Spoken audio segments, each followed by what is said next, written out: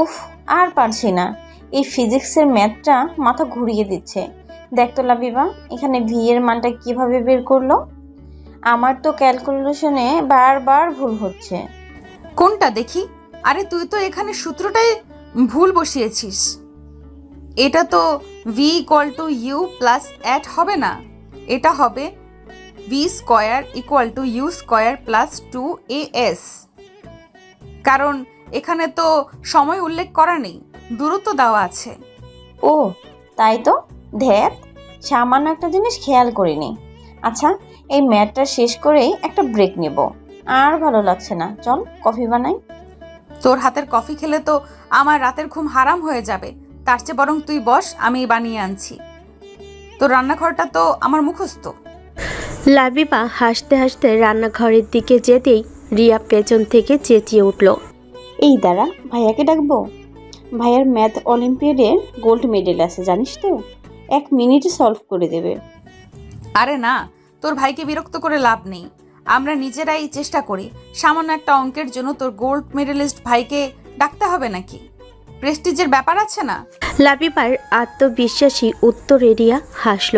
ঠিক সেই মুহূর্তে ড্রয়িং রুমের দরজাটা সামান্য শব্দ করে খুলে গেল।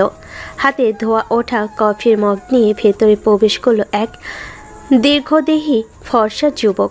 তার পরনে ছিল সাধারণ একটা টি শার্ট আর ট্রাউজার, কিন্তু চেহারায় ছিল রাজ্যের উজ্জ্বলতা। যুবকটি অর্থাৎ রাফসান ঘরে ঢুকেই সোফায় বসে থাকা লাবিবাকে দেখল।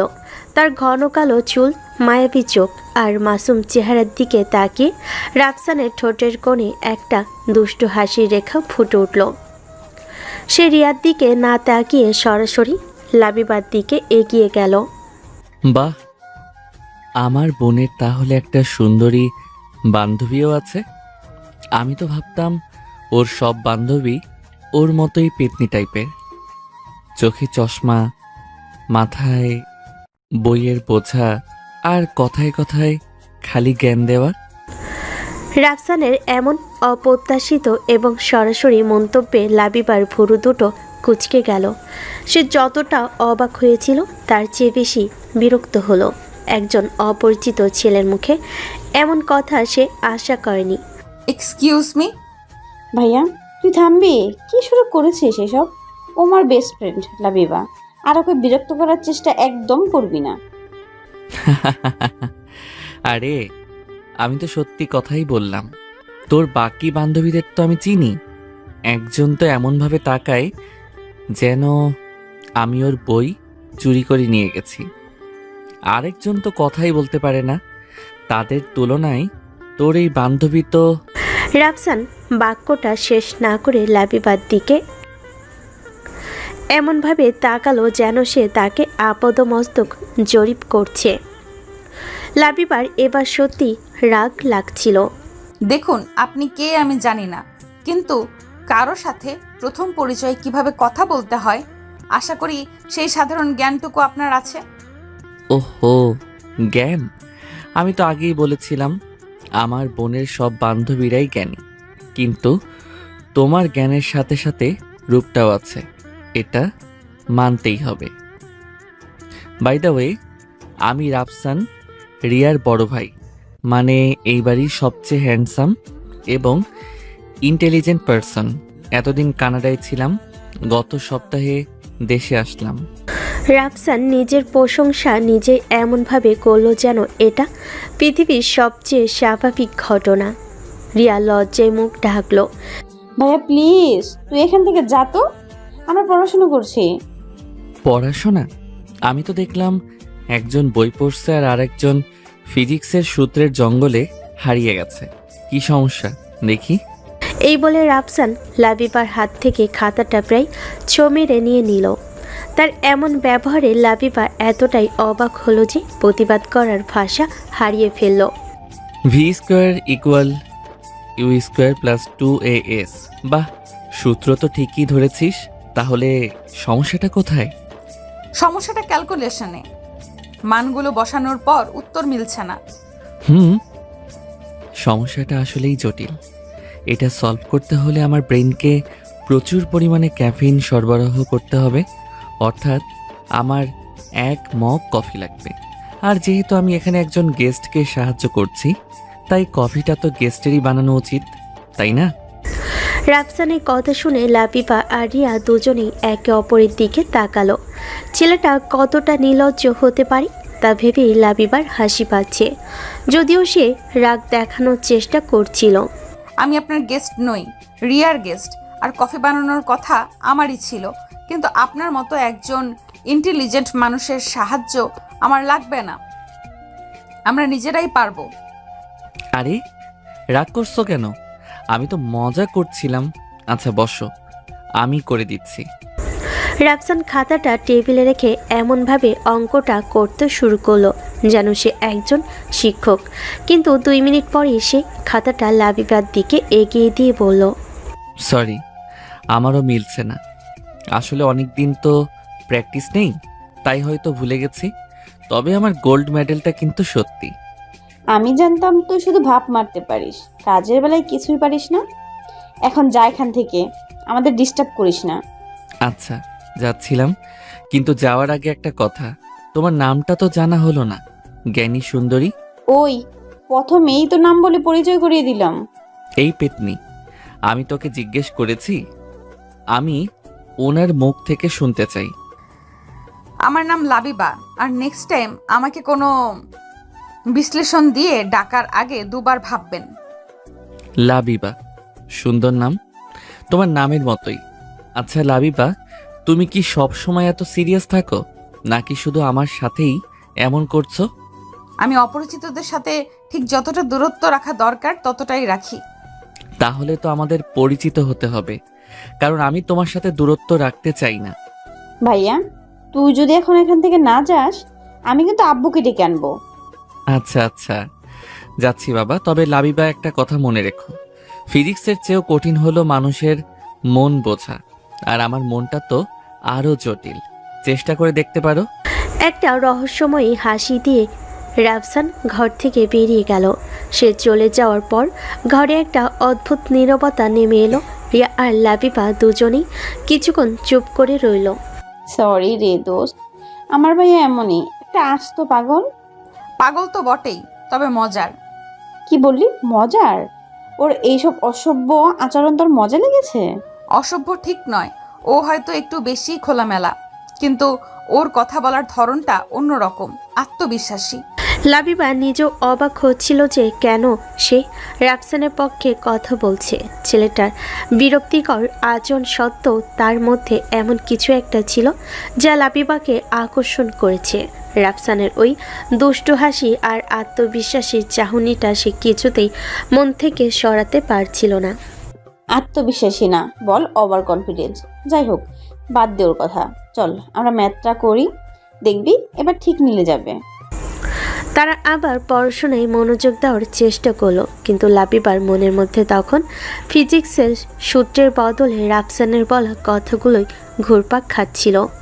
সে বুঝতে পারছিল এই বাড়িতে 2 বান্ধবী মিলে গ্রুপ স্টাডি করতে আসাটা তার এখন থেকে শুধু রিয়ার জন্য হবে না, অন্য কোনো এক অদৃশ্য টানও কাজ করবে।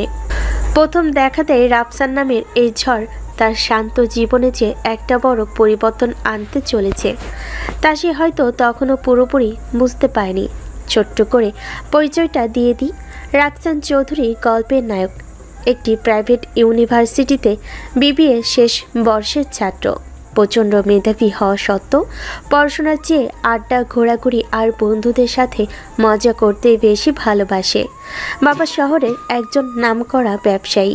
রাফসান দেখতে সুদর্শন, লম্বা এবং তার সবচেয়ে বড় অস্ত্র হলো তার কথা বলার অসাধারণ ক্ষমতা ও আত্মবিশ্বাস, যা দিয়ে সে সহজেই মানুষের মন জয় করে নিতে পারে। তার স্বভাবটা কিছুটা ফ্ল্যাটিং এবং দুষ্টামিতে ভরা হলো সে মন থেকে একজন ভালো এবং দায়িত্বশীল মানুষ। লাবিবা রহমান গল্পের নায়িকা, ঢাকার একটি স্বনামধন্য সরকারি বিশ্ববিদ্যালয়ে ইংরেজি সাহিত্য নিয়ে পড়ছে। মধ্যবিত্ত পরিবারের বড় মেয়ে, সে বুদ্ধিমতী, শান্ত, লাজুক এবং আত্মসম্মানী। তবে তার কাছের মানুষদের সাথে সে খুবই মিশুক। রিয়ার সাথে তার স্কুল জীবন থেকে বন্ধুত্ব। লাবিবার পৃথিবীটা তার পরিবার আর কয়েকজন কাছের বন্ধুকে নিয়েই ঘিরে। সে বাস্তববাদী এবং নিজের লক্ষ্যের প্রতি খুব স্থির। প্লিজ দোস্ত, কিছু মনে করিস না। ভাইয়াটা আসলে একটা পাগল। মানুষজনকে বিরক্ত করতেও ওটা কি ভালো লাগে আমি বুঝি না। তোর সাথে প্রথম দেখা আর কি সব আজে বাজে কথা বলে গেল। লাবিবা তখনও দরজার দিকে তাকিয়েছিল, যেখান দিয়ে রাফসান বেরিয়ে গেছে। তার ঠোঁটের কোণে একটা আবছা হাসি, যা সে লুকানোর চেষ্টা করছিল। আরে না, ঠিক আছে, আমি কিছু মনে করিনি। তবে তোর ভাই আসলেই অন্যরকম। অন্যরকম মানে? তুই কি ওকে ভালো বলছিস নাকি খারাপ, সেটাই তো বুঝতে পারছি না।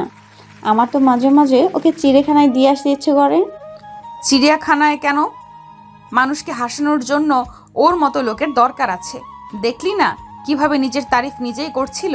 এই বাড়ির সবচেয়ে হ্যান্ডসাম এবং ইন্টেলিজেন্ট পার্সন। সিরিয়াসলি? লাবিবার হাসিতে রিয়াও যোগ দিল। সে বুঝতে পারছিল লাবিবা হয়তো মুখে যাই বলুক, ভেতর ভেতরে সেও ঘটনাটা উপভোগ করেছে। ঠিক তখনই দরজায় আবার টোকা পড়ল। দুজনেই একসাথে দরজার দিকে তাকালো। রাফসান দরজার ফাঁক দিয়ে শুধু মাথাটা ঢুকিয়ে এমন একটা মাসুম চেহারা করে তাকালো, যেন সে কোনো অপরাধ করেনি। আমি কি আবার আসতে পারি? আসলে আমার মোবাইল ফোনটা ফেলে গেছি, আর মা তোমাদের দুজনের জন্য নাস্তা পাঠিয়েছে। না, আসতে পারিস না। ফোনটা কোথায় রেখেছিস বল, আমি এনে দিচ্ছি। আর নাস্তাটা দরজার বাইরে রেখেই তুই বিদেয় হ। আরে, এটা কেমন কথা? গেস্টের সামনে ভাইয়ের সাথে কেউ এভাবে কথা বলে? লাবিবা, তুমি বলো, এটা কি ঠিক? ও, আসতে দে ওকে। রিয়া, বেচারার ফোনটা তো লাগবে, তাই না? রিয়ার চোখ দুটো বড় বড় হয়ে গেল। লাবিবা যে তার ভাইয়ের পক্ষ নেবে এটা সে কখনো কল্পনাও করেনি। রাফসান বিজয়ীর হাসি হেসে ভেতরে ঢুকলো। শুনলি তো, একেই বলে ভালো মনের মানুষ, তোর মতো হিংসুটে নয়।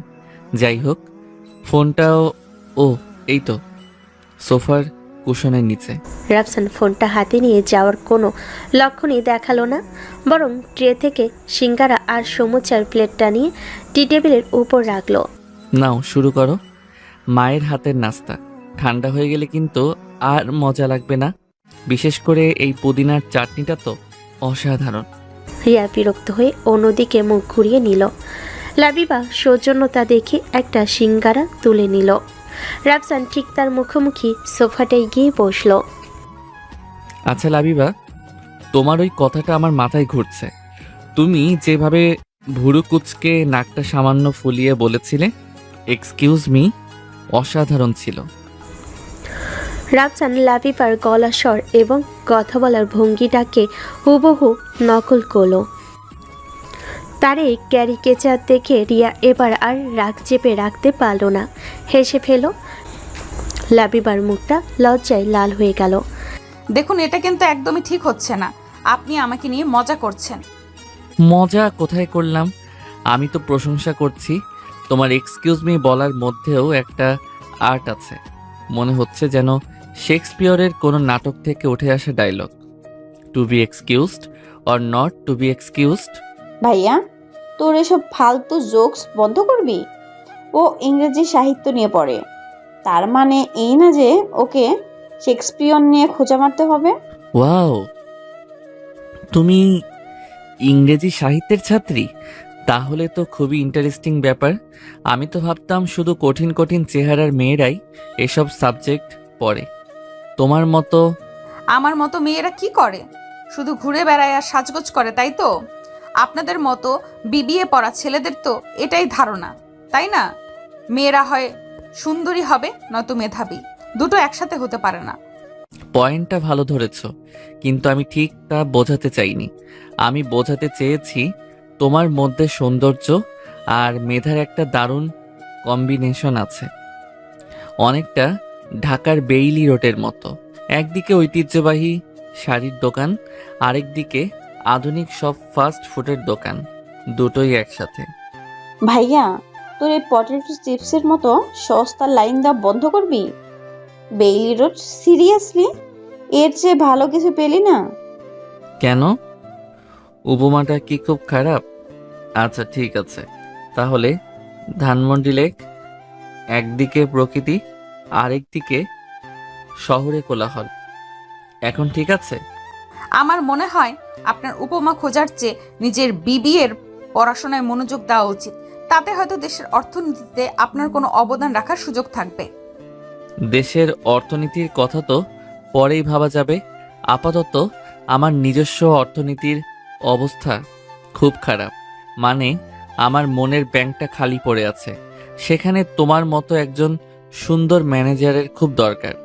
রাফসানের এমন নির্লজ্জ ফ্ল্যাটিংয়ে লাবিবা এবার কি বলবে ভেবে পেল না।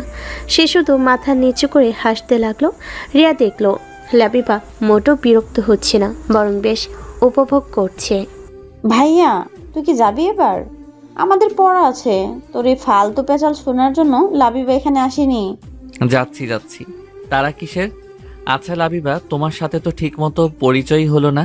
মানে তোমার সম্পর্কে তো কিছুই জানা হলো না, শুধু নাম আর সাবজেক্ট ছাড়া। জানার মতো তেমন কিছু নেই। আমি খুব সাধারণ একজন মেয়ে। এই কথাটা আমি বিশ্বাস করি না। কোনো মেয়ে সাধারণ হয় না। প্রত্যেকের মধ্যেই অসাধারণ কিছু লুকিয়ে থাকে। যেমন ধরো তোমার চোখ দুটো কথা বলে। তুমি যখন রেগে যাও তখন একরকম দেখায়, আবার যখন হাসো তখন অন্যরকম।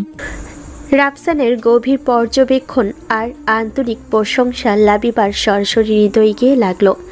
এই প্রথম কোনো ছেলে তাকে নিয়ে এভাবে ভাবছে বা তাকে এতটা মনোযোগ দিয়ে দেখছে। সে কিছুটা অপ্রস্তুত হয়ে গেল। ও গড, ভাইয়া তুই কি আজকেই ওকে প্রপোজ করে ফেলবি নাকি? একটু তো থাম, মেয়েটা ভয় পেয়ে যাবে। আরে ভয় পাওয়ার কি আছে? আমি তো সত্যি কথাই বলছি, আর সত্যি কথা সুন্দর হয়। যাই হোক, অনেক বিরক্ত করলাম। তোমরা পড়াশোনা করো। আর হ্যাঁ লাবিবা। রাফসান দরজার কাছে গিয়ে আবার ঘুরে দাঁড়ালো। তার চোখে ছিল সেই আগের মতোই দুষ্টু কিন্তু গভীর চাহনি। ওই ফিজিক্সের ম্যাথটা যদি না মেলে তাহলে আমাকে ডাকতে পারো। আমার গোল্ড মেডেলটা কিন্তু আলমারিতে যত্ন করে রাখা আছে, প্রয়োজনে ওটার সাহায্য নেওয়া যেতে পারে। এ বলে রাফসান আর এক মুহূর্ত না দাঁড়িয়ে ঘর থেকে বেরিয়ে গেল। কিন্তু যাওয়ার আগে সে লাবিবার মনে হাজারো প্রশ্ন আর অনুভূতির একটা ঝড় তুলে দিয়ে গেল। রিয়া মাথায় হাত দিয়ে বলে, আমি ওর হয়ে তোর কাছে আবার মাপ চাচ্ছি দোস্ত। আরে ধুর, মাফ চাইছিস কেন? তোর ভাই আসলেই একটা ক্যারেক্টার। লাবিবার মুখ ক্যারেক্টার শব্দটা শুনে রিয়া নিশ্চিত হলো যে বরফ গলতে শুরু করেছে। তার ভাইয়ের এই পাগলামিটা অবশেষে সঠিক জায়গায় কাজ করেছে। মনে মনে সে একটা স্বস্তির নিঃশ্বাস পেল। সে জানতো এই খুনসুটি একটা সুন্দর সম্পর্কের প্রথম ধাপ। সেই দিনের পর প্রায় এক সপ্তাহ কেটে গেছে। আমার জীবনে যেন এক সুনামি বয়ে গেছে। আমার 24 ঘন্টার ভাবনার জগতে এখন শুধুই লাবিবার বিচরণ, পড়াশোনা, আড্ডা, বন্ধুদের সাথে ঘোরাঘুরি, সব কিছুতেই আমি কেমন যেন অন্যমনস্ক হয়ে গেছি। নিজের বেডরুমে পায়চারি করতে করতে রাফসান ফোনটা কানে চেপে ধরেছিল। ফোনের ওপাশে তার একমাত্র ভরসা তার ছোট বোন রিয়া। রিয়া কলেজ থেকে কথা বলছে। প্লিজ প্লিজ প্লিজ, আমার লক্ষ্মী বোনটা না, শুধু এইটুকু ইনফরমেশন বের করে দে। তোর বান্ধবী কি পছন্দ করে, কি খেতে ভালোবাসে, ওর প্রিয় রং কি, এসব আর কি। ভাইয়া আমি তোর পার্সোনাল ডিটেকটিভ নই, আর লাবিবা আমার বেস্ট ফ্রেন্ড। তোর গবেষণার গিনিপিক না। কেন ওর পিছনে এভাবে লেগে আছিস বলতো? আরে বাবা, পেছনে লাগা বলছিস কেন? আমি তো শুধু একটু জানতে চাইছি। কারো সম্পর্কে জানাটা কি অপরাধ? আমি তো আর ওর ব্যাংক অ্যাকাউন্টের ডিটেলস চাইনি। তোর মতলব আমি খুব ভালোই বুঝি ভাইয়া। তুই এসব জেনে ওকে ইমপ্রেস করার চেষ্টা করবি। তারপর কিছুদিন পর যখন তোর ওই ইন্টারেস্ট শেষ হয়ে যাবে তখন মেয়েটার মন ভাঙবে। আমি আমার বন্ধুর সাথে এটা হতে দিতে পারি না। রিয়া, তুই আমাকে এতটা ফ্ল্যাট ভাবিস? আমি মানছি আমি আড্ডা মারতে, মজা করতে ভালোবাসি, কিন্তু আমি কখনো কারো ফিলিংস নিয়ে খেলি না। আর লাবিবার ব্যাপারটা অন্যরকম। আমি ওকে সত্যি পছন্দ করি। আচ্ছা ঠিক আছে বাবা, এত ইমোশনাল হতে হবে না বলছি, কিন্তু শর্ত আছে। তুই ওকে কোনোভাবেই কষ্ট দিতে পারবি না। যদি শুনি ওর চোখে তোর জন্য এক ফোঁটাও জল এসেছে তাহলে কিন্তু আমি তোকে আস্ত রাখবো না। ডান, তোর সব শর্ত মঞ্জুর। এখন বল। হুম, ও খুব সিম্পল জিনিস পছন্দ করে, যেমন বৃষ্টিতে ভিজতে ওর ভীষণ ভালো লাগে। আর ফুলের মধ্যে কদম ফুল ওর সবচেয়ে প্রিয়। কদম ফুল শব্দটা শোনার সাথে সাথেই রাফসানের চোখের সামনে যেন একটা নতুন দুনিয়া খুলে গেল। সে পেয়ে গেছে তার মিশনের প্রথম ক্লু। কদম ফুল আর বৃষ্টি, ওয়াও, এর যে রোমান্টিক কম্বিনেশন তার হতেই পারে না। থ্যাংক ইউ আমার কিউটি পাই বোন। তুই আমার জন্য যা করলি, এর বদলে তোর যা লাগবে শুধু বলবি। আমার আপাতত কিছুই লাগবে না, তুই শুধু নিজের চরিত্রটা ঠিক রাখ। আচ্ছা, আমি এখন রাখি, ক্লাসে যাব। ফোনটা কেটে রাফসান উত্তেজনায় লাফিয়ে উঠল। সে দ্রুত তার সবচেয়ে কাছের বন্ধু সামিরকে মেসেজ দিল। 10 মিনিটের মধ্যে আমাদের চিরচেনা আড্ডা ক্যাফেতে চলে আয়। সামির হলো সেই বন্ধু যে রাফসানের সব ভালো মন্দ কাজের একমাত্র সঙ্গী। কিছুক্ষণ পরেই ক্যাফের এক কোনায় বসে সামির মন দিয়ে কফিতে চুমুক দিচ্ছিল। তার সামনে ঝড়ের বেগে এসে হাজির হলো রাফসান। কিরে, এভাবে দৌড়ে এলি কেন? পেছনে কি পুলিশ লেগেছে নাকি? আরে পুলিশের বাপও আমাকে এখন ধরতে পারবে না দোস্ত। আমার জীবনে একটা মিশন চলে এসেছে। মিশন লাবিবা। ও, ওই মেয়েটা তোর বোনের বান্ধবী, যাকে তুই প্রথম দিনেই বিরক্ত করে এসেছিস। কি হয়েছে? সে কি তোর নামে মামলা করেছে? ধুর, তুই সবসময় নেগেটিভ কথা বলিস কেন? মামলা করবে কেন?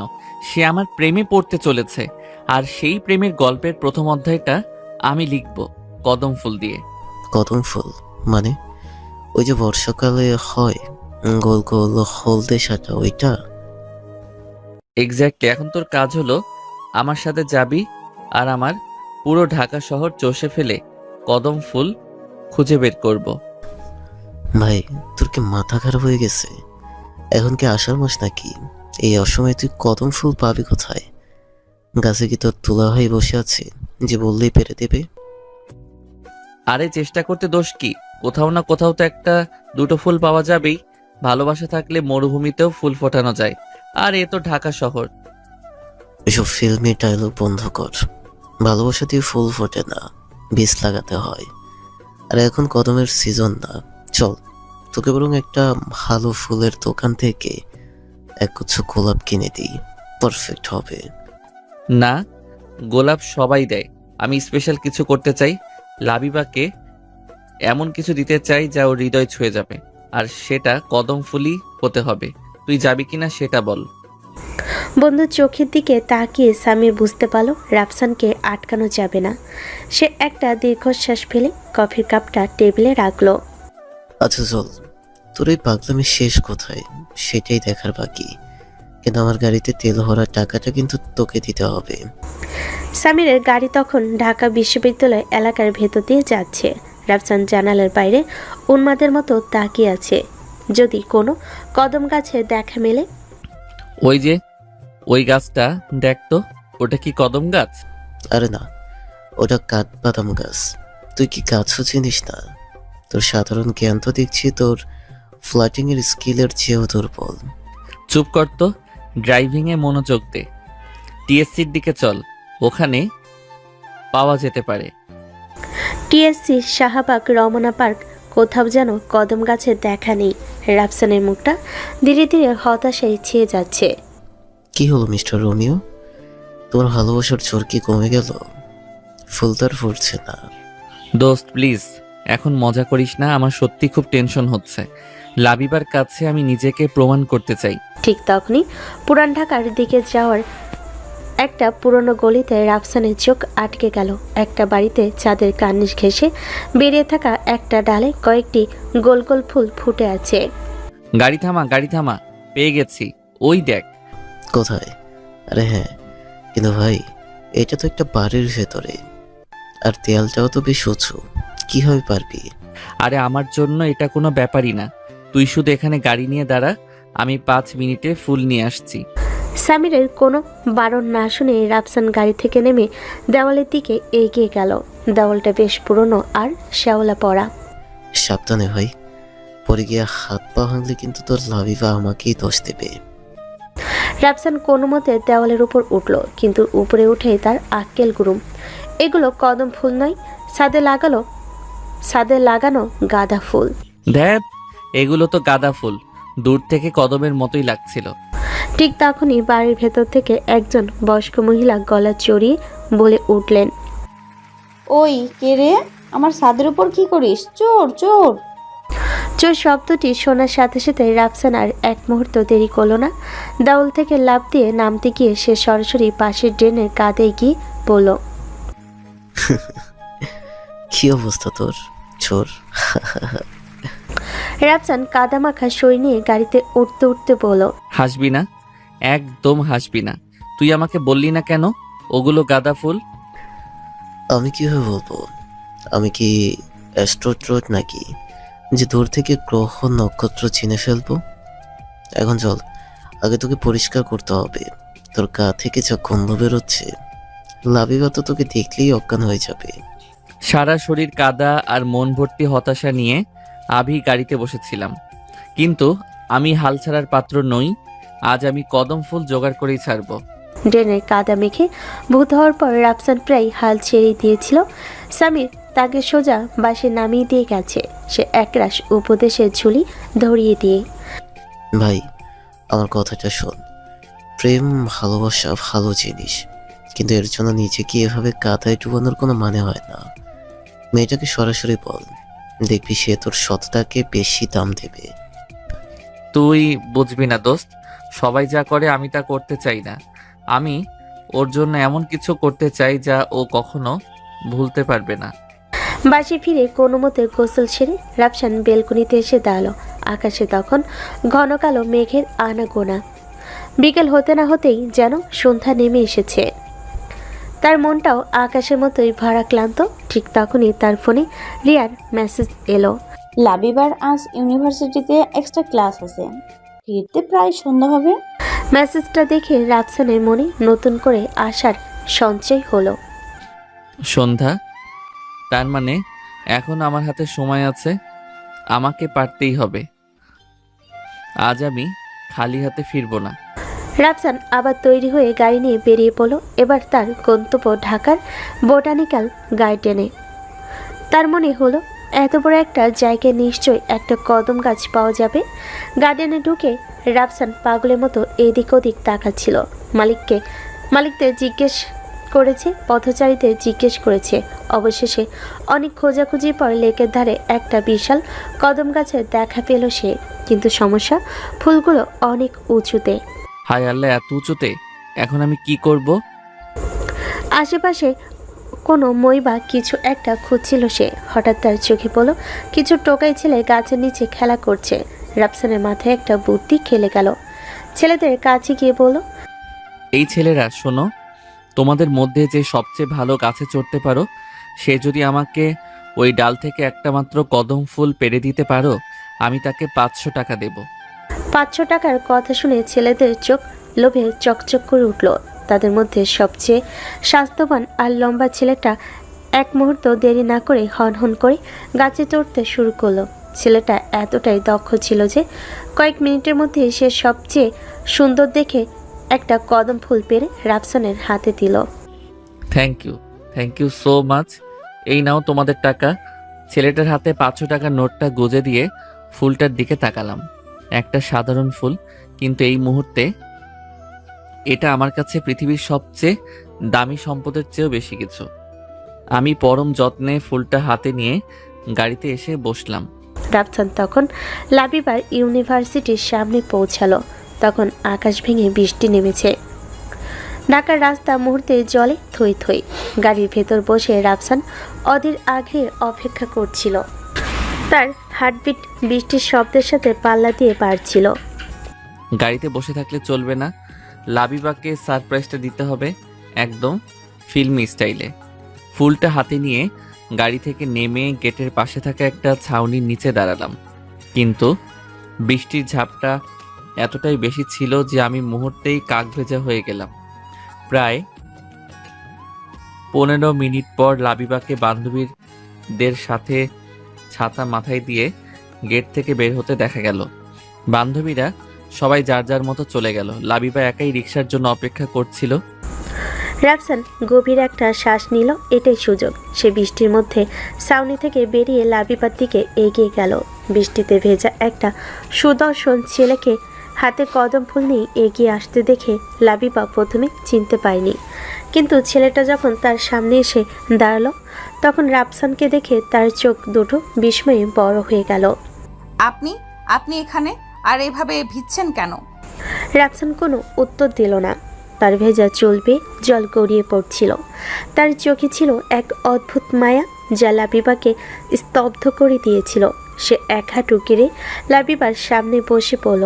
রাস্তায় জমে থাকা জল তার প্যান্ট ভিজিয়ে দিয়েছিল, কিন্তু সেদিকে তার কোনো ভ্রুক্ষেপ নেই। ফুলটা লাবিবার দিকে বাড়িয়ে ধরে ভেজা কাপা কিন্তু গম্ভীর কণ্ঠে বলল, শুনেছিলাম বৃষ্টির খুব একজন প্রিয় বন্ধু আছে যার নাম কদম, তাই বৃষ্টির দিনে বৃষ্টিকে তার প্রিয় ফুল উপহার দিতে এলাম। চারপাশে গাড়ির হর্ন, মানুষের কোলাহল, বৃষ্টির ঝমঝম শব্দ, সব কিছু যেন এক মুহূর্তে থেমে গেল লাবিবার জন্য। সে বাকরুদ্ধ হয়ে তাকিয়ে রইল রাফসানের দিকে। একটা ছেলে শুধু তার পছন্দের কথা শুনে এই অসময়ে একটা কদম ফুল নিয়ে বৃষ্টিতে ভিজে তার জন্য অপেক্ষা করছে, এটা তার কল্পনারও বাইরে ছিল। আপনি আপনি পাগল হয়ে গেছেন? উঠুন প্লিজ, সবাই আমাদের দিকে তাকিয়ে আছে। যতক্ষণ না তুমি এই ফুলটা নিচ্ছ আমি উঠব না। পৃথিবীর সবাই দেখুক, তাতে আমার কিছু যায় আসে না। আমার পৃথিবী তো এখন আমার সামনে দাঁড়িয়ে আছে।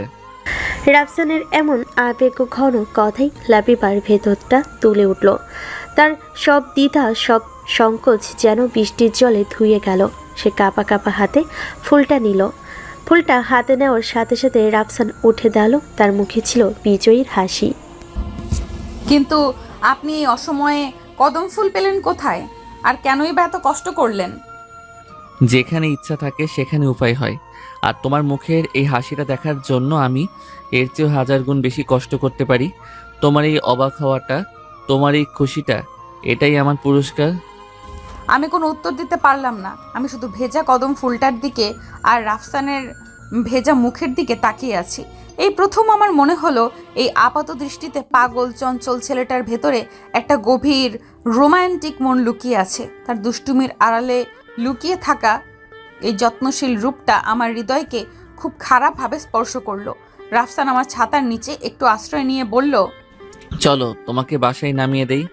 এইভাবে বৃষ্টিতে দাঁড়িয়ে থাকলে তোমার ঠান্ডা লেগে যাবে।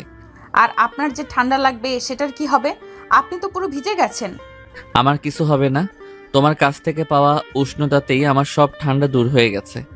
লাবিবা লজ্জায় চোখ নামিয়ে নিল। সে চুপচাপ আমার সাথে গাড়ির দিকে এগিয়ে আসলো। গাড়িতে বসার পর আমি আমার ভেজা জ্যাকেটটা খুলে পেছনের সিটে রাখলাম। গাড়ির ভেতর তখন একটা অদ্ভুত নীরবতা, শুধু বাইরের বৃষ্টির শব্দ আর দুজনের হৃদস্পন্দনের শব্দ। এই নীরবতাই যেন বলে দিচ্ছিল হাজারো না বলা কথা। লাবিবা বুঝতে পারছিল সে রাফসান নামের এই মানুষটার প্রতি খুব দ্রুত দুর্বল হয়ে পড়ছে। কিন্তু দেখার বিষয় হলো আমাদের এই ভালোবাসার শুরুতে কোনো কালো মেঘ আসবে না তো। কদম ফুল আর বৃষ্টি সেই রোমান্টিক সন্ধ্যার পর থেকে রাফসান আর লাবিবার সম্পর্কটা এক নতুন মোড় নিয়েছে। তাদের মধ্যে আর আগের মতো জড়তা নেই। সারাদিন ফোনে মেসেজ চলাচলই, টুকটাক কথা আর লুকিয়ে চুরিয়ে দেখা করা সবই চলছিল। রাফসান এখন আর আগের মতো নির্লজ্জভাবে ফ্ল্যাট করে না, বরং তার আচরণে একটা যত্ন আর শ্রদ্ধাবোধ ফুটে ওঠে। দেখতে দেখতে আজ লাবিবার জন্মদিন আসলো। রিয়া জোড়াজড়িতে সে রাফসানদের বাসায় আসতে রাজি হয়েছে। লাবিবা ভেবেছিল হয়তো রিয়া আর সে মিলে ছোটোখাটো একটা সেলিব্রেশন করবে, কিন্তু বাসায় ঢুকতেই তার চোখ ছানা বড়া হয়ে গেল। পুরো ঘরটা সাজানো হয়েছে সাদা আর নীল বেলুনে। মৃদু আলোয় একটা স্নিগ্ধ পরিবেশ। ঘরের মাঝখানে রাখা টেবিলে একটা সুন্দর কেক, আর সেখানে উপস্থিত লাবিবার ভার্সিটির কয়েকজন কাছের বন্ধু এবং রিয়া। সবাই একসাথে চিৎকার করে উঠল, surprise! Happy birthday Labiba! Labiba এতটাই অবাক আর আবেগে আপ্লুত হয়ে গেল যে তার মুখ দিয়ে কোনো কথাই বেরোলো না। রিয়া দৌড়ে এসে তাকে জড়িয়ে ধরল। কেমন লাগলো আমার সারপ্রাইজ? সব কিন্তু আমি একা করিনি, ভাইয়াও আমাকে হেল্প করেছে। রিয়ার কথা শুনে লাবিবার চোখ দুটো অজান্তেই ঘোরের মধ্যে কাউকে খুঁজতে লাগলো। সে দেখল ঘরের এক কোণে দরজার আড়ালে রাফসান দাঁড়িয়ে আছে। তার মুখে সেই চিরচেনা দুষ্টু হাসি, কিন্তু চোখে ছিল একরাশ স্নিগ্ধতা। লাবিবাকে তাকাতে দেখে সে আলতো করে একবার চোখ টিপল। লাবিবা রিয়ার কানে ফিসফিস করে বলে, এইসব করার কি দরকার ছিল? আমি তো চুপ, একদম কোনো কথা না। আজ তোর দিন, চল চল, আগে কেকটা কাটবি। কেক কাটা হলো। সবে মিলে হই হুল্লোড় করে লাবিবাকে কেক মাখিয়ে দিল। এরপর শুরু হলো উপহার দেওয়ার পালা। বন্ধুরা সবাই বই, ড্রেস, কসমেটিক এসব দামি উপহার দিচ্ছিল। লাবিবা হাসি মুখে সবার উপহার গ্রহণ করছিল। সব শেষে যখন উপহার দেওয়া প্রায় শেষ, রাফসান লাবিবার দিকে এগিয়ে এলো। তার হাতে ছিল খুব ছোট্ট সাদামাটা র্যাপিং পেপারে মোড়ানো একটা বক্স। এক বন্ধু বলে, কি ব্যাপার রাফসান ভাই, এত ছোট গিফট? আপনার মতো বড় লোকের ছেলের কাছ থেকে তো আমরা আরো বড় কিছু আশা করেছিলাম। উপহারের আকার দিয়ে তার মূল্য বিচার করতে নেই বন্ধু, ভেতরের জিনিসটার আবেগ দিয়ে বিচার করতে হয়। রাফসান বক্সটা লাবিবার দিকে বাড়িয়ে দিল। লাবিবার বুকের ভেতরটা ধুকপুক করছিল। সে খুব সাবধানে বক্সটা হাতে নিল। খুলে দেখো, আশা করি তোমার ভালো লাগবে। লাবিবা কাপা কাপা হাতে র্যাপিং পেপারটা খুলল। ভেতরে একটা সাধারণ জুয়েলারি বক্স। সে খুব সাবধানে বক্সটা খুলল, আর ভেতরে জিনিসটা দেখার সাথে সাথে তার পুরো পৃথিবীটা যেন এক মুহূর্তের জন্য থমকে গেল। বক্সের ভেতরে ভেলভেটের উপর রাখা ছিল রূপোর তৈরি একটা ছোট্ট অর্ধচন্দ্রের মতো দেখতে লকেট। লকেটটার ডিজাইন খুব সাধারণ, কিন্তু লাবিবার কাছে এর চেয়ে অসাধারণ কিছু আর হতে পারে না। তার চোখ দুটো জলে ভরে এলো। সে বাকরুদ্ধ হয়ে একবার লকেটটার দিকে, আরেকবার রাফসানের দিকে তাকাচ্ছিল। কি রে, পছন্দ হয়েছে? লাবিবা কোনো উত্তর দিতে পারল না। তার গাল বেয়ে টপ টপ করে জল গড়িয়ে পড়ছিল। বন্ধুরা সবাই অবাক হয়ে তাকিয়েছিল। একটা সাধারণ লকেটের জন্য কেউ এভাবে কাঁদে? এটা এটা তুমি কোথায় পেলে? অনেক খুঁজেছি, পাইনি, তাই একজন কারিগরকে দিয়ে ছবি আঁকিয়ে বানিয়ে নিয়েছি। হয়তো হুবহু একরকম হয়নি, কিন্তু চেষ্টা করেছি। আসলে ছোটবেলায় লাবিবার মা ওকে ঠিক এরকমই একটা লকেট দিয়েছিল। ওটা ওর মায়ের দেওয়া শেষ স্মৃতিচিহ্ন ছিল। কিন্তু কয়েক বছর আগে ওর কলেজ থেকে ফেরার পথে বাস স্ট্যান্ডে লকেটটা হারিয়ে যায়। এরপর থেকে ও আর কখনোই গয়না পরেনি। রিয়ার কথা শুনে ঘরের মধ্যে পিনপতন নীরবতা নেমে এলো। সবাই বুঝতে পারল এটা শুধু একটা উপহার নয়, এটা লাবিবার হারিয়ে যাওয়া আবেগ, তার মায়ের স্মৃতি। লাবিবা আর নিজেকে সামলাতে পারল না। সে বক্সটা হাতে নিয়ে ঘর থেকে দ্রুত বেরিয়ে ছাদে যাওয়ার সিঁড়ির দিকে চলে গেল। ঢাকার রাতের আকাশ, চারপাশে উঁচু উঁচু বিল্ডিংয়ের টিমটিমে আলো। মৃদু বাতাস বইছে। ছাদের এক কোণায় রেলিং ধরে দাঁড়িয়ে আছে লাবিবা। তার এক হাতে লকেটটা ধরা, আর অন্য হাতে সে চোখ মুছছিল। কিছুক্ষণ পর সিঁড়ির দরজায় একটা ছায়া দেখা গেল। রাফসান খুব ধীর পায়ে লাবিবার পাশে এসে দাঁড়ালো। সে কোনো কথা বলল না, শুধু চুপ করে রাতের আকাশের দিকে তাকিয়ে রইল। অনেকক্ষণ নীরবতার পর লাবিবা প্রথম কথা বলল, ধন্যবাদ শব্দটা বোধহয় খুব ছোট হয়ে যাবে। আপনি জানেন না আপনি আজ আমাকে কি ফিরিয়ে দিয়েছেন। এটা শুধু একটা লকেট না, এটা আমার মা, আমার মার ছোঁয়া। আমি জানি। কিভাবে? রিয়া কি আপনাকে সব বলে দিয়েছে? রিয়া শুধু ঘটনাটা বলেছে, কিন্তু তোমার কষ্টটা আমি তোমার চোখ দেখে বুঝেছিলাম। যেদিন প্রথম তোমার আর রিয়ার পুরনো অ্যালবাম দেখছিলাম, একটা ছবিতে তুমি এই লকেটটা পরেছিলে, আর তোমার মুখে যে হাসিটা ছিল, সেই হাসিটা আমি আর কখনো তোমার মুখে দেখিনি। আমি শুধু সেই হাসিটাকে ফিরিয়ে আনতে চেয়েছিলাম। রাফসানের গভীর পর্যবেক্ষণ আর আন্তরিক কথাগুলো লাবিবার হৃদয়ে সবচেয়ে নরম জায়গায় গিয়ে আঘাত করলো। সে আর চোখের জল ধরে রাখতে পারল না, ফুপিয়ে কেঁদে উঠল। রাফসান খুব আলতো করে লাবিবার চোখের জল মুছে দিয়ে বলল, তোমার চোখে জল দেখার জন্য কিন্তু আমি এত কিছু করিনি। তোমার হাসির জন্যই আমি সব করতে পারি। রাফসানের স্পর্শ আর তার গভীর কথাগুলো লাবিবার কান্নার গতিকে থামিয়ে দিল। সে ভেজা চোখে রাফসানের দিকে তাকালো।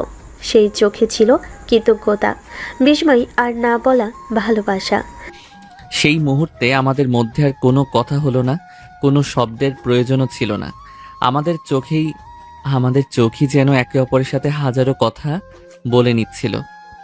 আমার চোখে ছিল প্রতিশ্রুতি আর গভীর ভালোবাসা, আর লাবিবার চোখে ছিল আত্মসমর্পণ আর নির্ভরতা।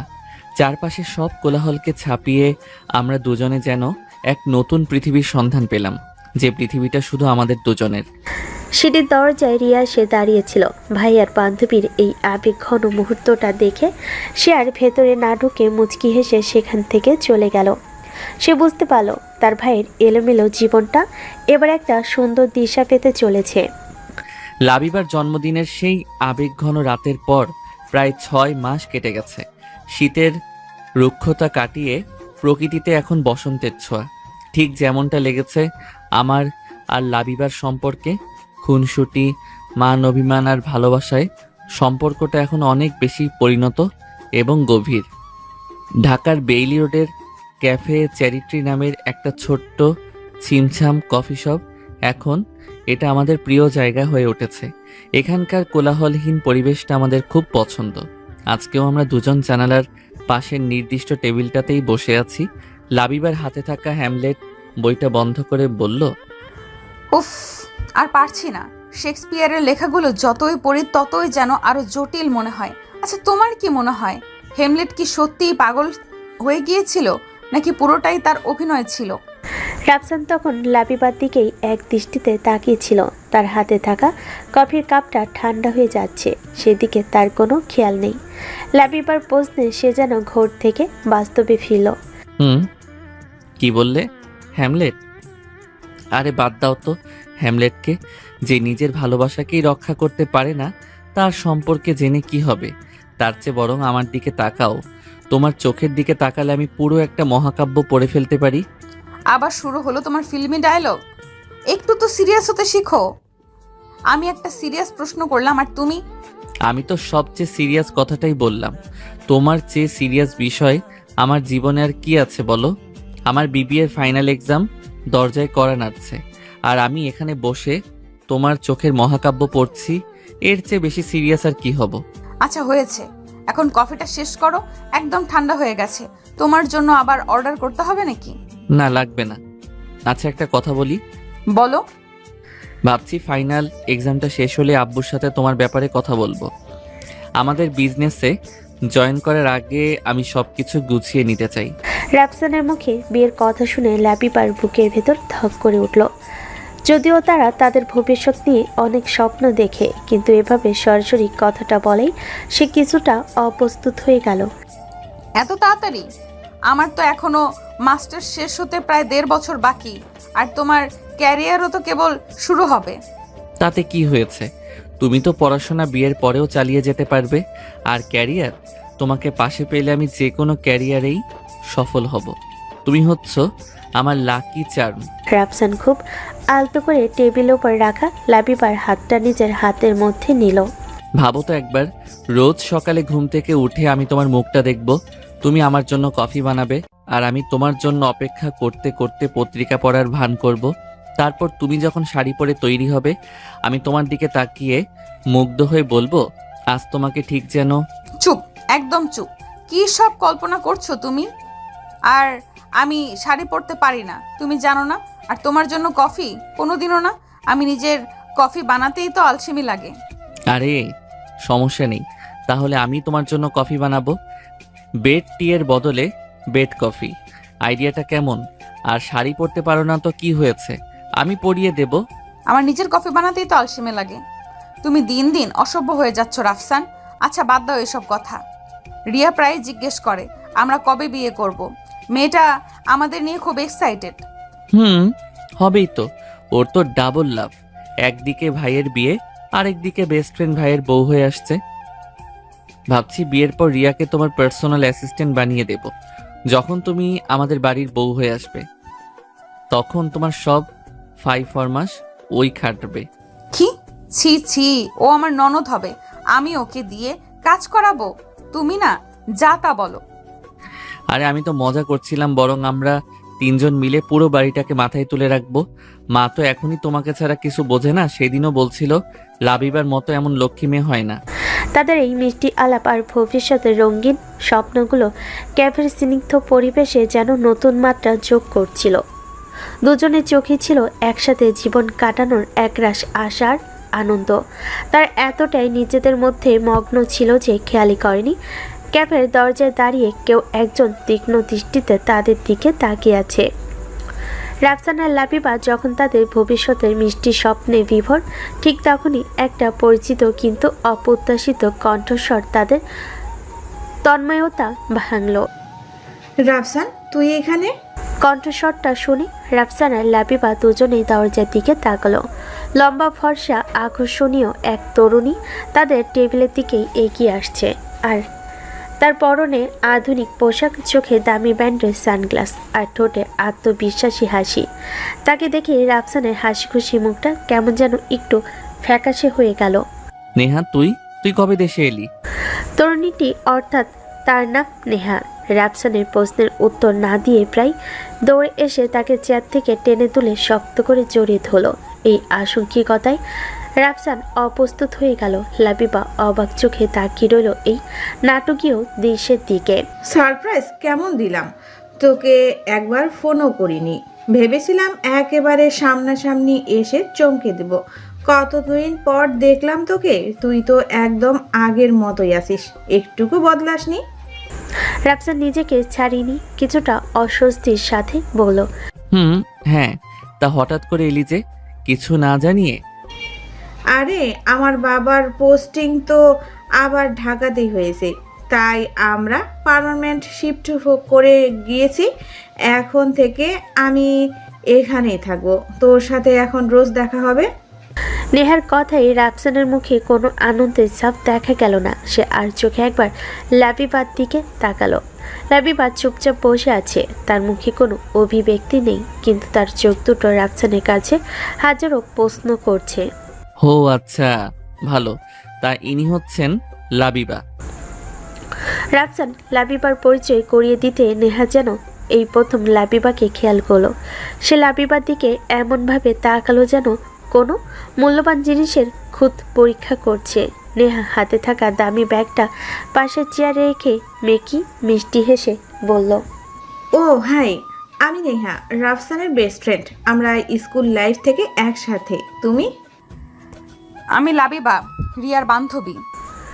লাবিবা ইচ্ছে করে রাফসানের পরিচয় না দিয়ে রিয়ার বান্ধবী হিসেবে নিজের পরিচয় দিল।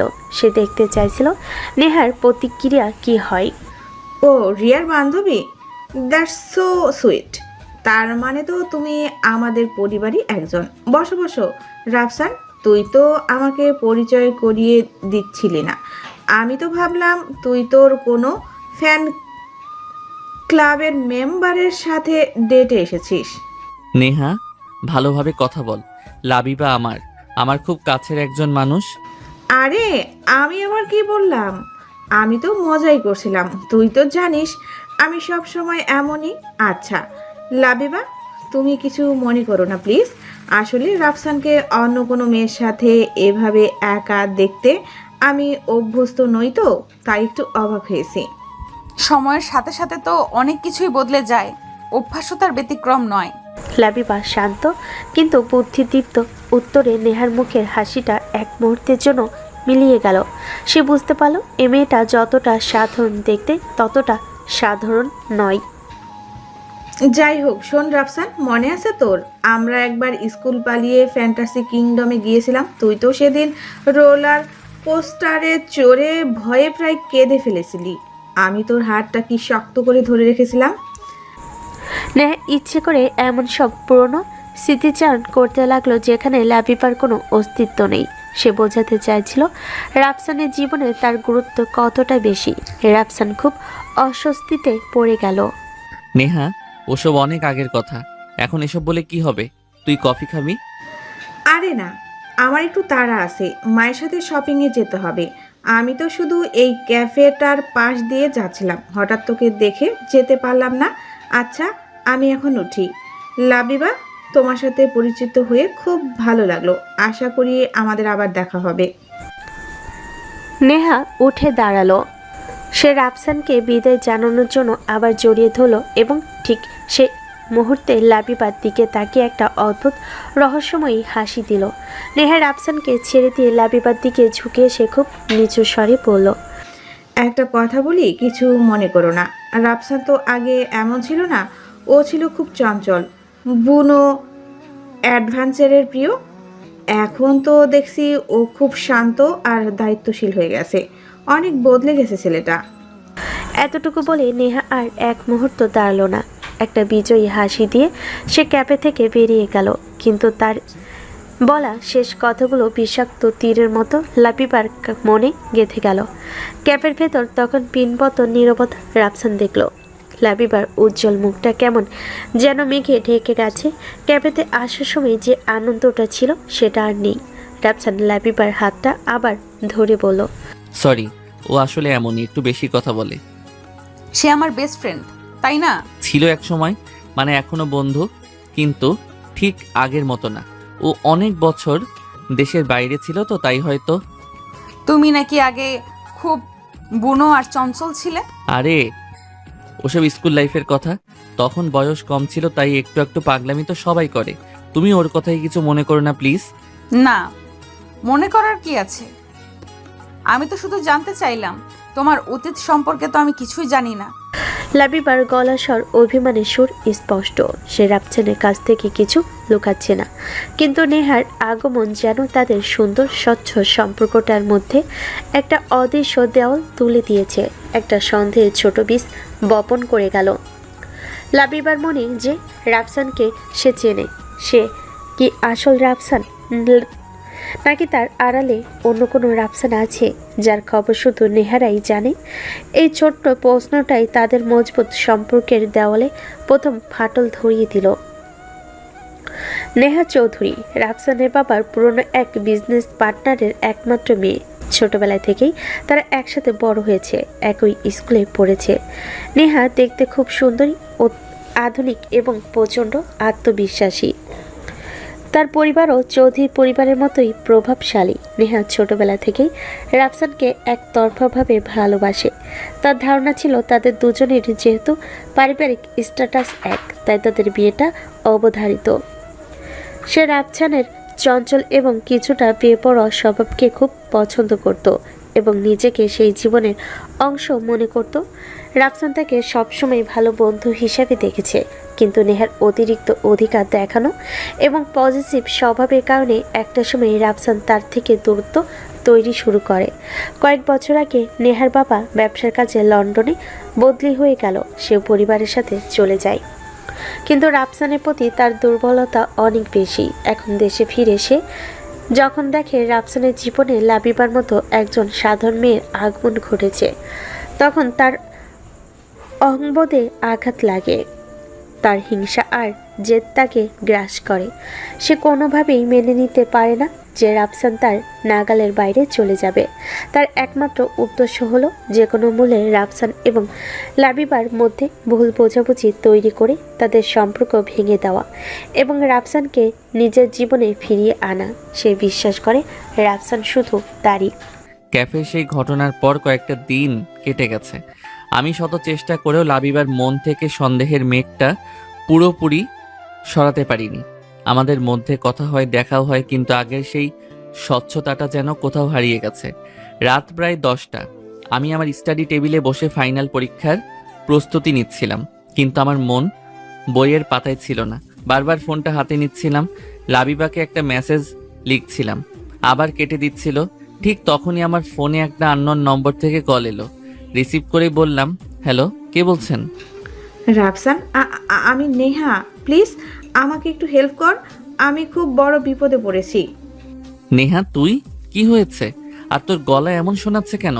তুই কাঁদছিস কেন? আমি আমি আমি তোকে সব খুলে বলতে পারছি না। তুই কি প্লিজ একবার হাতিঝিলে পেছনে ওই নির্জন রাস্তাটাতে আসতে পারবি? আমার গাড়িটা নষ্ট হয়ে গেছে আর কিছু লোক আমাকে ফলো করছে। আমার খুব ভয় করছে রাফসান। কি? তুই ওখানে একা একা কি করছিস? আঙ্কেলকে ফোন করেছিস? না না, বাবাকে বললে খুব চিন্তা করবে। প্লিজ তুই চলে আয়, তুই ছাড়া আমার আর কেউ নেই এখানে। তুই না এলে ওরা আমার অনেক বড় ক্ষতি করে ফেলবে। নেহার কান্না ভেজা আতঙ্কিত কণ্ঠস্বর শুনে রাফসান আর স্থির থাকতে পারল না। বন্ধুত্বের খাতিরে হলো তার যাওয়া উচিত বলে মনে করলো সে। আচ্ছা আচ্ছা, তুই একদম ভয় পাস না, ওখানেই থাক, আমি আসছি, 10 মিনিটের মধ্যে আসছি। ফোনটা কেটে রাফসান গাড়ির চাবি নিয়ে প্রায় দৌড়ে ঘর থেকে বেরিয়ে গেল। সে একবার ভাবলো না এটা তার জন্য সাজানো একটা নিখুঁত ফাঁদ হতে পারে। রাফসান যখন সেখানে পৌঁছালো, সে দেখলো রাস্তার একপাশে নেহার গাড়িটা পার্ক করা, আর একটু দূরে নেহা দাঁড়িয়ে আছে। তার পাশে আরও 3-4 জন বলিষ্ঠ চেহারার লোকগুলো নেহাকে ঘিরে কিছু একটা বলছে। দৃশ্যটা দেখে রাফসানের মাথায় রক্ত উঠে গেল। সে গাড়ি থেকে নেমেই লোকগুলোর দিকে দৌড়ে গেল। এই কি হয়েছে এখানে? ওর সাথে কি করছেন আপনারা? রাফসানকে দেখি লোকগুলো যেন আরো আগ্রাসী হয়ে উঠল। তাদের মধ্যে একজন এগিয়ে এসে রাফসানের কলার চেপে ধরল। রাফসান, আমি ইচ্ছে করে করিনি। ওরা আমার কাছ থেকে 50,000 টাকা চাইছে। আমার কাছে এত টাকা নেই এখন। হাত ছাড়ুন, কি হয়েছে না হয়েছে সেটা থানায় গিয়ে কথা হবে। আপনাদের সাহস হয় কি করে একটা মেয়ের গায়ে হাত তোলার? এই বলে লোকগুলো রাফসানের উপর ঝাঁপিয়ে পড়ার ভান করলো। শুরু হলো এক সাজানো মারামারি নাটক। রাফসান আত্মরক্ষার চেষ্টা করছিল, কিন্তু 4 জনের সাথে একা পেরে উঠছিল না। নেহা তখন চিৎকার করে কান্নাকাটি করছিল। রাফসানকে ছেড়ে দাও প্লিজ। ঠিক সেই মুহূর্তে একটু দূরে একটা ঝোপের আড়াল থেকে কেউ একজন পুরো ঘটনার ভিডিও করছিল। ভিডিওটা এমনভাবে করা হচ্ছিল যেন মনে হচ্ছে রাফসানি কোনো ঝামেলায় জড়িত আর লোকগুলো তার পাওনাদার। কিছুক্ষণ ধস্তাধস্তির পর নেহার ইশারে লোকগুলো রাফসানকে একটা ধাক্কা মেরে ফেলে দিয়ে পালিয়ে গেল। নেহা দৌড়ে এসে মাটিতে পড়ে থাকা রাফসানের উপর কান্নায় ভেঙে পড়ল। রাফসান, ওর তোর কিছু হয়নি তো? দেখ আমার জন্য তোর কি অবস্থা হলো। আমি কি করব এখন? আমি ঠিক আছি, তুই চিন্তা করিস না, চল তোকে বাসায় পৌঁছে দেই। রাফসানের শরীরে সামান্য আঘাত লাগলেও তার চেয়ে বেশি সে নেহার জন্য চিন্তা করছিল। সে বুঝতে পারল না যে নেহার নাটকে নিখুঁত শিকার হয়ে গেছে। আর আড়ালে থাকা লোকটা ততক্ষণে এডিট করা ভিডিওটা নেহার কথা মতো একটা নির্দিষ্ট নম্বরে পাঠিয়ে দিয়েছে। এদিকে লাবিবা বিছানায় শুয়ে একটা বই পড়ছিল, কিন্তু তার মন পড়েছিল রাফসানের ফোনের অপেক্ষায়। রাফসান আজ একবারও তাকে ফোন করেনি। অভিমানী মনটা নিয়ে সে যখন ফোনটা হাতে নিল, ঠিক তখনই একটা আননোন নাম্বার থেকে একটা ভিডিও ক্লিপ এলো। কৌতূহল বশত আমি ভিডিওটা প্লে করলাম, আর ভিডিওটা দেখার সাথে সাথেই আমার পৃথিবীটা যেন দুলে উঠল। ভিডিওটা খুব চালাকির সাথে এডিট করা। তাতে দেখা যাচ্ছে কিছু লোক রাফসানকে ডাকার জন্য চাপ দিচ্ছে। রাফসান তাদের সাথে ধস্তাধস্তি করছে, আর নেহা রাফসানকে বাঁচানোর জন্য কান্নাকাটি করছে আর লোকগুলোকে আটকানোর চেষ্টা করছে। দেখে মনে হচ্ছে রাফসান কোনো বেআইনি লেনদেনে ফেসে গেছে, আর নেহা তাকে সেই বিপদ থেকে উদ্ধার করার চেষ্টা করছে। আমার হাত পা ঠান্ডা হয়ে গেল, নিঃশ্বাস ভারী হয়ে এলো। নেহার বলা কথাগুলো আমার কানে বাজতে লাগলো। রাফসান তো আগে এমন ছিল না, অনেক বদলে গেছে। তার মানে কি এটাই রাফসানের আসল রূপ, যা সে এতদিন লুকিয়ে রেখেছিল? সে কাঁপা কাঁপা হাতে রাফসানকে ফোন দিল। কয়েকবার রিং হওয়ার পর রাফসান ফোনটা ধরলো। হ্যালো, কোথায় তুমি? লাবিবা, আমি একটু বাইরে, একটা সমস্যায় পড়েছিলাম। আমি তোমাকে পরে ফোন করছি। কি সমস্যা? আর তোমার সাথে কি নেহা আছে? নেহার নামটা শুনে রাফসান চমকে গেল। সে ভাবলো লাবিবাকে এখন সব বলে সে অযথাই চিন্তা করবে। না তো, নেহা কেন থাকবে? আচ্ছা, আমি সত্যি এখন কথা বলতে পারছি না, বাসায় গিয়ে ফোন দিচ্ছি, প্লিজ চিন্তা করো না। এই বলে রাফসান ফোনটা কেটে দিল। সে ভাবলো সে লাবিবাকে দুশ্চিন্তা থেকে বাঁচালো, কিন্তু তার এই এড়িয়ে যাওয়ার আর মিথ্যে বলাটা লাবিবার সন্দেহের আগুনে ঘি ঢেলে দিল। ফোনটা কেটে যাওয়ার পর লাবিবার কান্নার বাঁধ ভেঙে গেল।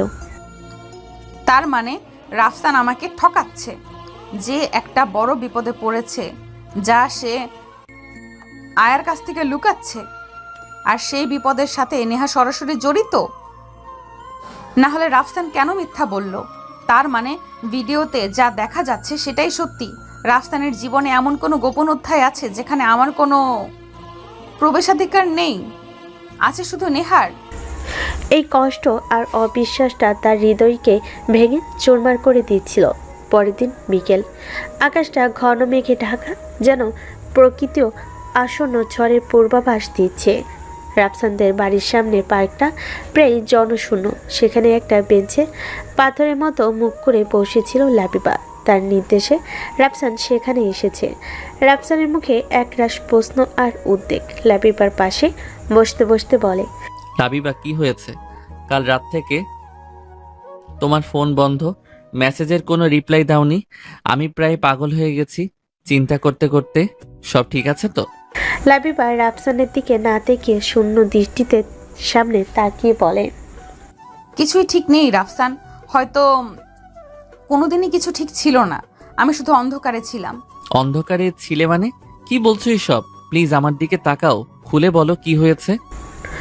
লাবিবা তার ফোনটা বের করে সেই এডিট করা ভিডিওটা প্লে করে রাফসানের চোখের সামনে ধরল। এটা কি? এখানে কি হচ্ছে? এই লোকগুলো কারা? আর নেহা এখানে কি করছে? ভিডিওটা দেখে রাফসানের পায়ের তলার মাটি সরে গেল। সে হতবাক হয়ে একবার ভিডিওটার দিকে আরেকবার লাবিবার ফ্যাকাশে মুখের দিকে তাকাচ্ছিল। সেই মুহূর্তে বুঝে গেল এটা নেহার সাজানো একটা নিখুঁত ফাঁদ। লাবিবা, তুমি যা দেখছো তা সত্যি না। এটা একটা ষড়যন্ত্র। আমি তোমাকে সব খুলে বলছি, শোনো। কি শুনবো আমি? আর কি বলার বাকি আছে? আমি নিজের চোখে সব দেখেছি। তুমি বিপদে পড়েছিলে আর তোমার পাশে আমি ছিলাম না। ছিল নেহা। কেন? কেন তোমার সেই জগতে আমার কোনো জায়গা নেই, তাই না? আছে শুধু নেহার। জায়গা নেই বলছো? আরে আমি তোমাকে চিন্তা থেকে বাঁচানোর জন্য সত্যিটা বলিনি। আমি ভেবেছিলাম সব মিটিয়ে তারপর তোমাকে জানাবো।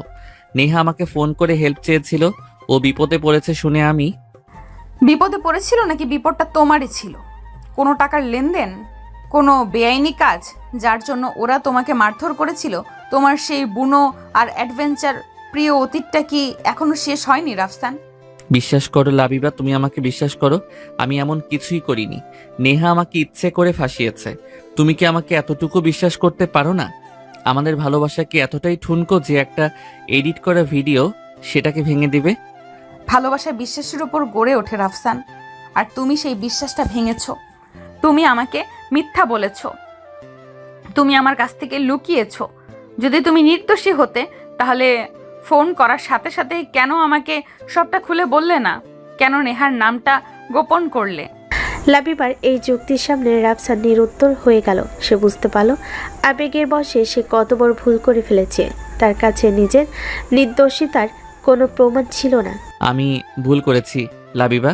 আমি মানছি আমার তোমাকে সত্যিটা বলা উচিত ছিল, কিন্তু তার মানে এই না যে আমি তোমাকে ঠকিয়েছি। প্লিজ আমাকে একটা সুযোগ দাও, আমি সব ঠিক করে দেব। আমি প্রমাণ করে দেখাবো যে আমি নির্দোষ। আর কিছু ঠিক হওয়ার নেই রাফসান। যে আয়নায় একবার ফাটল ধরে তাতে আর আগের মতো প্রতিবিম্ব দেখা যায় না। আমাদের সম্পর্কের আয়নাটাও ভেঙে গেছে। না, তুমি এভাবে চলে যেতে পারো না। আমরা একসাথে কত স্বপ্ন দেখেছি, আমাদের ভবিষ্যৎ, সব কি তুমি এক মুহূর্তে শেষ করে দেবে? যে সম্পর্কের ভিত্তিটাই রহস্য আর মিথ্যের উপর, তার কোনো ভবিষ্যৎ থাকতে পারে না। আমি এমন কাউকে বিশ্বাস করে সারাটা জীবন কাটাতে পারবো না যার জীবনে এত অন্ধকার দিক আছে যা সে আমার কাছ থেকে লুকিয়ে রাখে। এই বলে লাবিবা রাফসানের দিকে শেষবারের মতো তাকালো। তার চোখে ছিল একরাশ কষ্ট, অবিশ্বাস আর ভালোবাসা হারানোর যন্ত্রণা। ভালো থেকো রাফসান, আসি। সে ঘুরে হনহন করে পার্ক থেকে বেরিয়ে যেতে লাগলো। রাফসান পেছন থেকে তার নাম ধরে চিৎকার করে ডাকছিল, কিন্তু লাবিবা একবারের জন্য ফিরে তাকালো না। লাবিবা, প্লিজ দাঁড়াও, আমার কথাটা শোনো। লাবিবা। রাফসান তার পেছনে দৌড়াতে গিয়ে পারল না। তার পা দুটো যেন মাটিতে গেঁথে গেছে। সে হতাশ হয়ে পরাজিত সৈনিকের মতো সেখানেই হাঁটু গেড়ে বসে পড়ল। ঠিক তখনই ঝমঝম করে বৃষ্টি নামলো। আকাশটাও যেন রাফসানের কষ্ট দেখে তার সাথে কাঁদছিল। অন্যদিকে বেলকনিতে দাঁড়িয়ে রিয়া দেখছিল তার ভাই পার্কের মধ্যে বৃষ্টিতে একা ভিজছে আর কাঁদছে। একটু আগে লাবিবা কাঁদতে কাঁদতে তাদের বাড়ি থেকে নিজের ব্যাগ নিয়ে চলে গেছে। রিয়া অনেকবার জিজ্ঞেস করেও জানতে পায়নি হঠাৎ করে কি হয়ে গেল। রিয়া তার ভাইয়ের এমন বিধ্বস্ত অবস্থা আগে কখনো দেখেনি। সে বুঝতে পারছিল তাদের সাজানো সুখের সংসারে এক ভয়ানক ঝড় আঘাত হেনেছে। কিন্তু ঝড়ের কারণটা তার অজানা। বিচ্ছেদের পর কেটে গেছে প্রায় 6 মাস। অনেক ঝড়, অবিশ্বাস আর কষ্টের পর আজ সেই বিশেষ রাত, যেদিন দুটি হৃদয় আবার এক হয়েছে, আবার চিরদিনের জন্য। তাদের মানে তাদের বিয়ে হয়ে গেছে, এখন তারা বাসর ঘরে। ঘরটা জুড়ে রজনীগন্ধা আর লাল গোলাপের মিষ্টি গন্ধ ম ম করছে। নরম হলুদ আলোয় চারপাশটা স্বপ্নীল লাগছে। ফুলে ফুলে সাজানো বিশাল খাটটার ঠিক মাঝখানে বেনারসি শাড়ি আর সোনার গয়নায় সেজে বসে আছে লাবিবা। তার মুখে লজ্জা সংকোচ, কিন্তু তার চেয়েও বেশি ফুটে উঠেছে একরাশ স্বস্তি আর প্রাপ্তির আনন্দ। ভেতরে প্রবেশ করলো রাফসান। তার পরনে আইভরি রঙের শেরওয়ানি। দরজায় দাঁড়িয়ে সে এক মুহূর্তের জন্য থেমে গেল। নিজের ভালোবাসা নিজের স্ত্রীকে আজ বউরূপে দেখে তার চোখ দুটো যেন স্থির হয়ে গেল। রাফসান ধীর পায়ে এগিয়ে এসে লাবিবার পাশে বসলো। ঘরে তখন পিনপতন নীরবতা, শুধু দুজনের হৃদস্পন্দনের শব্দ যেন সেই নীরবতাকে ভেঙে দিচ্ছিল। আমার এখনো বিশ্বাস হচ্ছে না তুমি সত্যি সত্যি এখানে আমার পাশে আমারই বিছানায় বসে আছো, মিসেস লাবিবা রাফসান চৌধুরী। নিজের নামের শেষে চৌধুরী পদবিটা শুনে লাবিবার মুখটা লজ্জায় আরও লাল হয়ে গেল। সে শাড়ির আঁচলটা আঙ্গুলে প্যাঁচাতে প্যাঁচাতে মৃদু হাসল। আমারও তো বিশ্বাস হচ্ছে না। মনে হচ্ছে একটা খুব সুন্দর স্বপ্ন দেখছি, যে স্বপ্নটা দেখার সাহসও আমি প্রায় হারিয়ে ফেলেছিলাম। যদি এটা স্বপ্ন হয়, আমি কথা দিচ্ছি এই স্বপ্ন আমি আর কোনো দিন ভাঙতে দেব না। কিন্তু সব কিছুর জন্য ধন্যবাদটা আসলে রিয়ার প্রাপ্য, তাই না? রিয়ার নামটা শুনেই লাবিবার মুখে একটা উজ্জ্বল হাসি ফুটে উঠল। সে মাথা তুলে রাফসানের চোখের দিকে তাকালো। ও শুধু তোমার বোন নয় রাফসান, ও আমার আত্মার একটা অংশ। ও যদি সেদিন আমার কান্নার পেছনের কারণটা খুঁজে বের করার জন্য জেদ না ধরতো, তাহলে হয়তো আজকের এই রাতটা আমার জীবনে আসতোই না। আমি তো অবাক হয়ে গেছি। আমার ওই পাগলি বোনটার মাথায় যে এত বুদ্ধি আমি জানতামই না। যেভাবে ও নেহার সব প্ল্যান খুঁজে বের করলো, অবিশ্বাস্য। ও প্রথম থেকেই নেহাকে বিশ্বাস করেনি। তোমার আর আমার বিচ্ছেদের পর ও যখন তোমার বিধ্বস্ত অবস্থা দেখলো, তখনই ওর সন্দেহ হয়। ও লুকিয়ে নেহার উপর নজর রাখতে শুরু করে। একদিন নেহাকে তার এক বন্ধুর সাথে কথা বলতে শোনে, যেখানে সে হাসতে হাসতে বলছিল কিভাবে সে ওই লোকগুলোকে তাড়া করেছিল। আর তারপর ও তো সেই লোকগুলোর একজনের ঠিকানা পর্যন্ত বের করে ফেলেছিল। হ্যাঁ, তোমার দেওয়া পকেট মানি জমিয়ে সে সেই লোকটাকে টাকা দিয়ে সব সত্যি কথা রেকর্ড করে নেয়। সেই রেকর্ডিং আর নেহার ফোনের কিছু মেসেজের স্ক্রিনশট নিয়ে সে সোজা নেহার বাবার কাছে গিয়েছিল। আঙ্কেল তো সব শুনে পাথর হয়ে গিয়েছিলেন।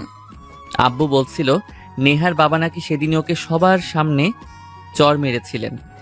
নিজের মেয়ের এমন জঘন্য কাজের জন্য তিনি আমাদের সবার কাছে হাত জোর করে মাফ চেয়েছেন। নেহার জন্য আমার এখন মায়া হয়। ভালোবাসা মানুষকে কতটা অন্ধ করে দিতে পারে। ওর শাস্তি হচ্ছে, এটাই বড় কথা। হ্যাঁ, ওর বাবা ওকে দেশের বাইরে একটা মানসিক নিরাময় কেন্দ্রে পাঠিয়ে দিয়েছেন। তিনি চান নেহা সুস্থ হয়ে ভালো মানুষ হয়ে ফিরুক। যাই হোক, আর ওর কথা না, আজ শুধু আমাদের রাত। রাফসান খুব আলতো করে লাবিবার চিবুক ধরে তার মুখটা নিজের দিকে ফেরালো। 6 মাস ধরে জমানো কষ্ট, যন্ত্রণা আর অপেক্ষায় দুজনের চোখের জল হয়ে চিকচিক করছিল। ওই 6টা মাস আমি মরে গিয়েছিলাম লাবিবা, প্রত্যেকটা মুহূর্ত মরেছি। তোমার মুখের ওই অবিশ্বাসটা আমি ভুলতে পারছিলাম না। আমার নিজের ভুলের জন্য তোমাকে হারানোর ভয়টা আমাকে শেষ করে দিচ্ছিল।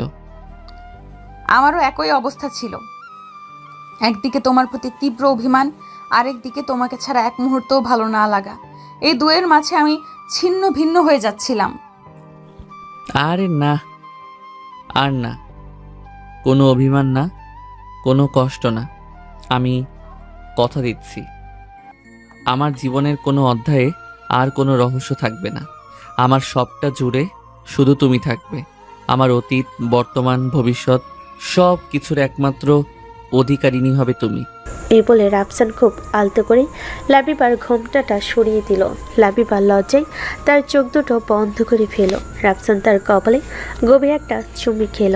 সেই চুমুতে ছিল তার সমস্ত ভালোবাসা, বিশ্বাস আর প্রতিশ্রুতি। সে খুব সাবধানে লাবিবার চুল থেকে কাঁটাগুলো একটা একটা করে খুলতে লাগলো। খোপাটা খুলে যেতেই লাবিবার লম্বা রেশমি চুলগুলো তার ফিটের উপর ছড়িয়ে পড়লো। রাফসান তার ঘাড়ে থাকা মায়ের দেওয়া সেই অদ্ভুত যন্ত্রের লকেটটা আলতো করে স্পর্শ করলো। এই লকেটটা যেমন তোমার মায়ের স্মৃতি, তুমিও তেমন আমার জীবনের স্মৃতি, আমার বেঁচে থাকার কারণ। লাবিবার নিজেকে ধরে রাখতে পারল না। সে রাফসানের বুকে মাথা রাখলো। রাফসান তাকে দু হাতে শক্ত করে জড়িয়ে ধরলো, যেন নিজের শরীরের সাথে মিশিয়ে ফেলবে। কোনো কথা ছাড়াই তারা একে অপরের হৃদস্পন্দন শুনছিল। ধীরে ধীরে রাফসান লাবিবার মুখটা নিজের দিকে তুলে নিল। তার ভেজা চোখের দিকে তাকিয়ে সে নিজের ঠোঁট দুটো লাবিবার ঠোঁটের উপর রাখলো। এটা শুধু একটা চুমু ছিল না, এটা ছিল দীর্ঘ বিরহের পর দুটি আত্মার মিলন। সব ভুল বোঝাবুঝি, সব যন্ত্রণা যেন এই একটা চুমুতেই বিলীন হয়ে যাচ্ছিল। বাইরের পৃথিবী সব কোলাহল থেকে দূরে এই সাজানো ঘরটাই শুধু ভালোবাসে ছিল, ছিল একে অপরের প্রতি গভীর আত্মসমর্পণ। এটা শুধু দুটো শরীরের মিলন ছিল না, এটা ছিল দুটো ভাঙ্গা হৃদয়ের জোড়া লাগার শব্দ। এটা ছিল সব বাধা পেরিয়ে ভালোবাসার চূড়ান্ত জয়ের উৎসব। সেই রাতে রজনীগন্ধার সুবাস আর দুটি হৃদয় এক হয়ে যাওয়া আত্মার সাক্ষী হয়ে তাদের অসমাপ্ত ভালোবাসার গল্প এক সুন্দর এবং পরিপূর্ণ সমাপ্তি পেল।